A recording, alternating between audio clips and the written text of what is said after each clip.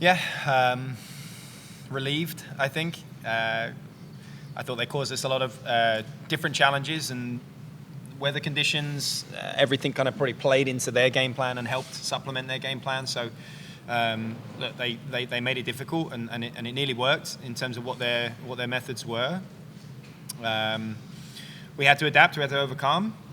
Obviously, Isaac scores a wonderful goal to kind of get us off to the right track, but then the nature of how the second half unfolded, we weren't able to get that 2-goal lead early in the second half. And that's, I said to them, football is a game of moments, and some are more critical than others, and a couple of those critical moments went their way, including obviously our I guess the fact that it went to penalties and that we weren't able to convert one of those chances in the second overtime period either. So a little bit of relief with respect to what they did and the challenges they caused us. Still felt like we were the better team and the team that probably deserved to go through. So very, very happy with that. And yeah, happy to have Isaac Scheer off the mark, waited till postseason, and probably, I'm going to guess he had at least 5 in mind this season. So there's a little bit of work to do in the semi-final, hopefully the final, and then on to the NCAA tournament as well.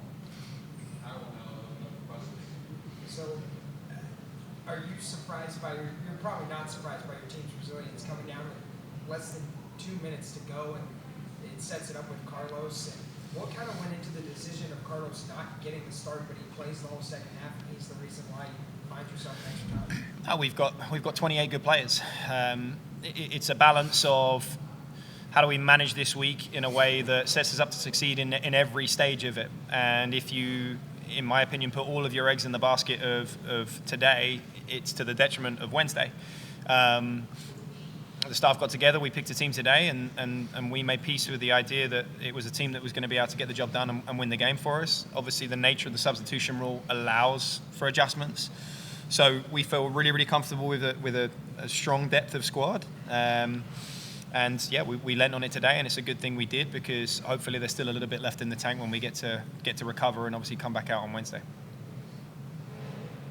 Isaac, obviously first goal of the season, but you've been in top form for at least a month now. Just keep on playing better and better each week. How does that goal feel, just for your confidence and also for the team? The goal feels good. It definitely took way too long. Like, I never would have thought it takes 18 games, but yeah, I think my teammates kept belief in me. I kept belief in myself, and it finally came. So it feels good.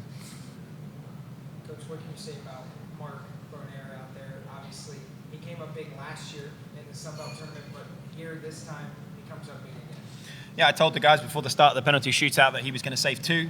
I wish I'd said he was going to save 4.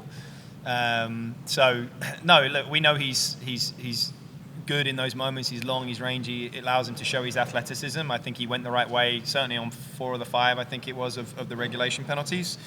So yeah, he continued to give himself chances and opportunities. So we have plenty of players that are more than willing, including Isaac, to step up and take a penalty. So if they do their job, we're confident that Marcus is going to give us a chance to go on and win it. How has Alvarez been so far? It's just felt like every single match he's been getting better and better, more comfortable as a freshman. It's just, how big is he for this program's future and also the season? Yeah, very, very happy with Juan. Came to us kind of late in the process, and had some experience in the kind of MLS2, MLS Next environment, and this was the best opportunity for him now to kind of have, if you like, a second chance through the university route. So we were really excited when we acquired him in the recruiting process, and he had to be patient, wait those 4 games at the start of the year. But as you said, since then, I think he's come on, and I think it's always enjoyable to watch Juan when he's in top form, because the players that he plays with every day and train with every day know how difficult it is to get the ball off him and how strong he is for as small as he is. So he was unbelievable for us second half at South Carolina, and again he's given us valuable minutes again today. Isaac, does it take a little more out of you guys when the rain is pouring down like it was and the wind is blowing like it was? Does it take your energy away? I actually think it gave us more energy. I think we accepted the challenge and knew the conditions were going to be bad, so we just had to accept it and just fight a little harder. So I think it gave us more energy. Set pieces have been massive for the past 3 matches now, pretty straight with a set piece, first 2 corner kicks. This week, it was just a free kick goal.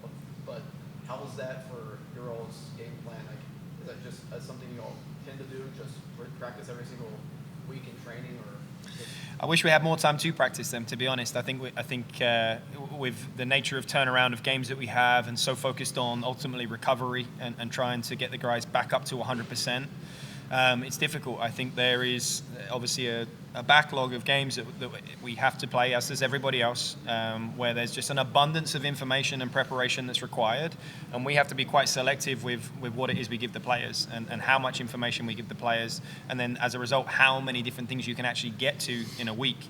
It'll be no different. It's actually exaggerated now with the turnaround time we have to play again in 2 more days, right? We'll be back out here on Wednesday, thankfully. So we're going to have to be very, very selective with what we can work on, what we even have the capacity to work on, given the load that we've had today. And part of that is set pieces as well. So it's a fine line and a real delicate balance we have to strike with how much time we can devote to every facet of the game and what we prioritize going into each game. Yeah, you concede with 7 minutes to go. Is there any time to even communicate tactical adjustment, or is it just guys get in front of that? From my perspective, I thought with how the half had played out and with what we had, when we had our best moments, I wanted to make sure that we didn't go too far down the end of almost get to a point where we panicked and threw entire caution to the wind. The nature of the way the game had played, we still needed good structure to arrive on second balls, to give ourselves the capacity for the game to stay in the attacking half.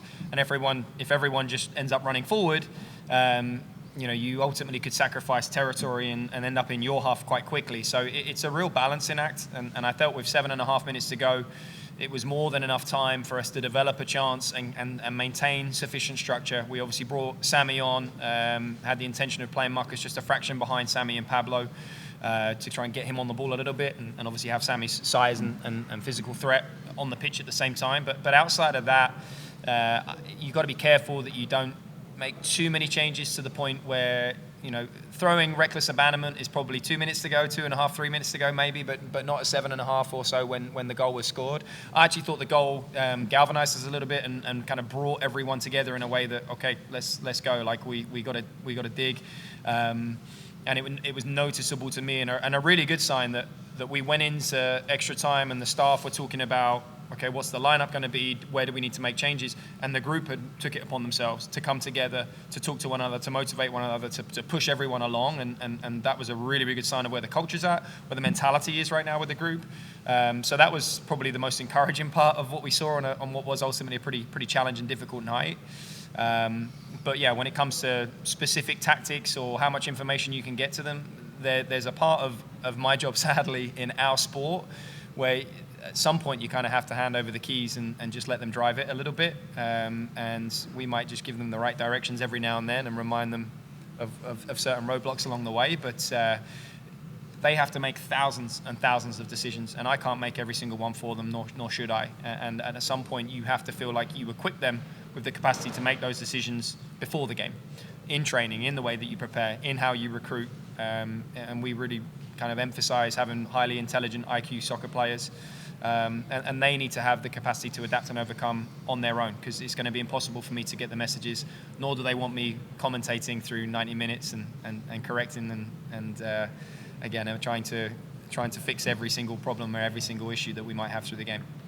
What do you say about the crowd? There was a men's basketball game here, but the crowd was still pretty good. What do you say that, and then also a message to the fans about a potential Mountain State Derby matchup on Wednesday? Well, listen, regardless of who we play, it's a semi-final of a conference tournament. So, will it probably attract more attention if we play Marshall, of course. But at the same time, we're a win away from a conference title or a conference title game, should I say, conference championship game, and that's got to be the biggest prize. So.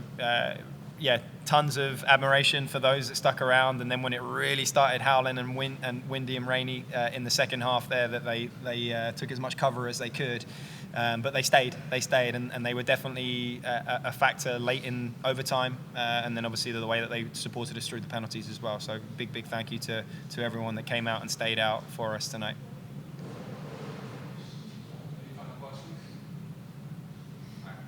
Thanks, guys. Thank you.